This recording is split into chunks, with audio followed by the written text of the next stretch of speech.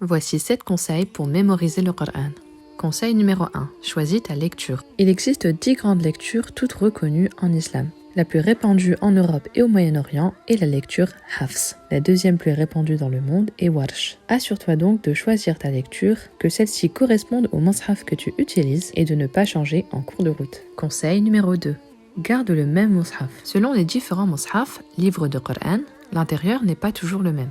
Qu'il s'agisse de la calligraphie ou de la place des versets selon les pages. Tu peux mémoriser un verset qui se trouve en bas à droite dans un mushaf et le retrouver en haut à gauche par exemple dans un autre mushaf. Cela ne favorise pas la mémoire visuelle, d'où l'importance de garder toujours le même livre, ou du moins un livre qui comporte le même intérieur.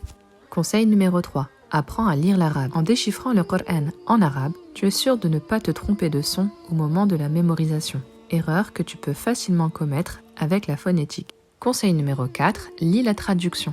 Lorsque tu apprends avec la traduction, tu te familiarises petit à petit avec le vocabulaire et les structures linguistiques. Donc, lorsque tu rencontres à nouveau ces mots ou ces structures de phrases, elles te paraîtront beaucoup plus simples à intégrer. Et en plus, tu améliores ta compréhension de l'arabe.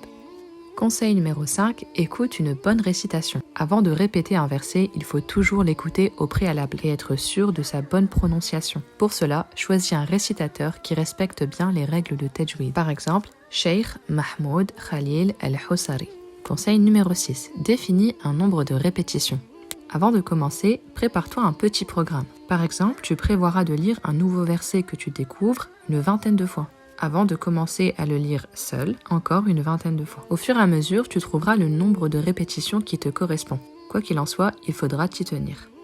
Conseil numéro 7, valide auprès d'un professeur. Pour valider une partie, il te faudra la réciter à une personne de science. Il peut s'agir du imam de ta mosquée, d'un proche ou d'un ami qui a étudié, ou d'un professeur que tu peux trouver en ligne. Dans tous les cas, sache que le Coran ne s'apprend pas seul dans son coin. Dis-moi en commentaire si ces conseils t'ont été bénéfiques et si tu en appliquais déjà quelques-uns. Et pour plus de conseils, tu peux t'abonner gratuitement à ma newsletter. Pour cela, envoie-moi ton adresse mail en privé. À très vite, Inch'Allah.